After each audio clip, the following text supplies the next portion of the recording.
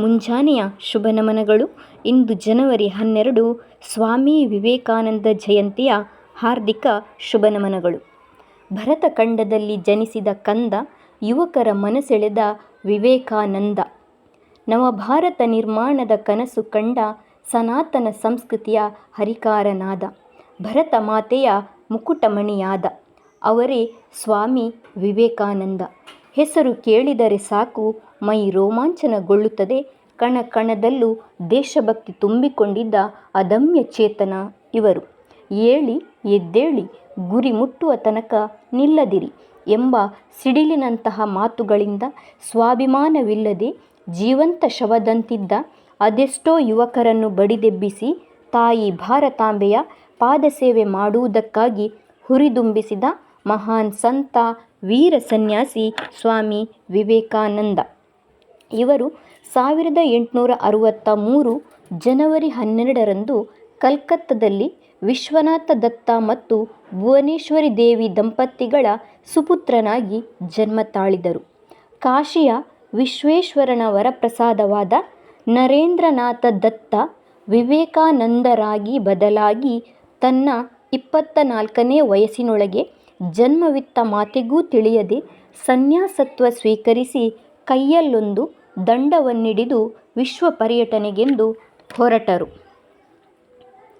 ತನ್ನ ದೇಹವೊಂದು ರೋಗಗಳ ಗೂಡಾದರೂ ಪರಿಗಣಿಸದೆ ವಿಶ್ವ ಪರ್ಯಟನೆ ಮಾಡಿ ತಾಯಿ ಭಾರತಾಂಬೆಯ ಕೀರ್ತಿಯನ್ನು ಜಗದಗಲ ಪಸರಿಸಿದರು. ವಿವೇಕಾನಂದ ಎಂಬ ಹೆಸರು ಒಂದು ಪ್ರೇರಣೆ. ಅವರು ಭಾಷಣದ ಮೂಲಕ ಹೇಗೆ ಜಗತ್ತಿನ ಗಮನ ಸೆಳೆದರೋ ಅದೇ ರೀತಿ ಬರವಣಿಗೆ ಮೂಲಕವೂ ಕ್ರಾಂತಿಯನ್ನೇ ಮಾಡಿದರು. ರಾಷ್ಟ್ರಪಿತ ಮಹಾತ್ಮ ಗಾಂಧೀಜಿಯವರು ಹೇಳಿದಂತೆ, ಶ್ರೀಕೃಷ್ಣನನ್ನು ಅರಿಯಬೇಕೆಂದರೆ ಭಗವದ್ಗೀತೆಯನ್ನು ಓದಿ, ಭಾರತವನ್ನು ತಿಳಿಯಬೇಕೆಂದಿದ್ದರೆ ಸ್ವಾಮಿ ವಿವೇಕಾನಂದರನ್ನು ಓದಿ. ಅವರ ಬದುಕೇ ಇಡೀ ಭಾರತದ ಚಿತ್ರಣ. ಅವರ ಜೀವನವೇ ಒಂದು ಯಶೋಗಾಥೆ. ಸಾವಿರಾರು ವರ್ಷಗಳ ಭಾರತೀಯ ಭವ್ಯ ಪರಂಪರೆಯಲ್ಲಿ ಹಲವು ಕಳೆಗಳು, ಕೊಳೆಗಳು ಸೇರಿಕೊಂಡಿದ್ದವು.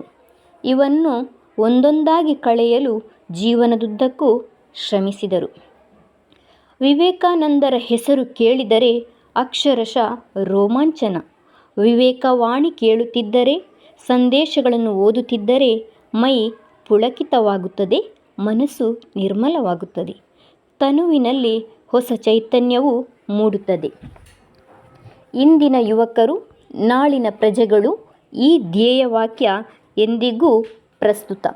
ಯುವಕರು ಭವಿಷ್ಯದ ನಕ್ಷತ್ರಗಳು, ದೇಶದ ದೊಡ್ಡ ಆಸ್ತಿ. ಈ ಆಸ್ತಿಯನ್ನು ಸರಿಯಾಗಿ ಕಾಪಾಡಿಕೊಂಡು ಉತ್ತಮ ಕೆಲಸಕ್ಕಾಗಿ ಉಪಯೋಗಿಸಿಕೊಳ್ಳುವ ಜವಾಬ್ದಾರಿ ಎಲ್ಲರ ಮೇಲೆಯೂ ಇದೆ. ದಿನದಲ್ಲಿ ಒಮ್ಮೆಯಾದರೂ ನಿಮ್ಮೊಂದಿಗೆ ಮಾತನಾಡಿ, ಇಲ್ಲವಾದರೆ ವಿಶ್ವದ ಅತ್ಯುತ್ತಮ ವ್ಯಕ್ತಿಯನ್ನು ಭೇಟಿಯಾಗುವ ಅವಕಾಶದಿಂದ ವಂಚಿತರಾಗುತ್ತೀರಿ. ನಮ್ಮ ಮನಸ್ಸಿನೊಂದಿಗೆ ನಾವು ಮಾತನಾಡಬೇಕು, ನಮ್ಮನ್ನು ನಾವು ಅರಿಯಬೇಕು. ಯುವಕರೇ, ಹೊಸ ನಾಡನ್ನು ಕಟ್ಟೋಣ. ತ್ಯಾಗ ಸೇವೆಗಳೇ ನಮ್ಮ ಉಸಿರಾಗಲಿ. ಸದೃಢರಾಗಿ, ಖಿನ್ನರಾಗದಿರಿ. ನಕಾರಾತ್ಮಕ ಚಿಂತನೆಗಳನ್ನು ದೂರ ಬಿಸಾಡಿ. ಇದೇ ನವಯುಗದ ಚಿಹ್ನೆಯಾಗಲಿ. ಭವ್ಯ ಭಾರತವನ್ನು ನಾವು ನೀವೆಲ್ಲರೂ ಒಮ್ಮತವಾಗಿ ಸೇರಿ ಕಟ್ಟೋಣವಲ್ಲವೇ?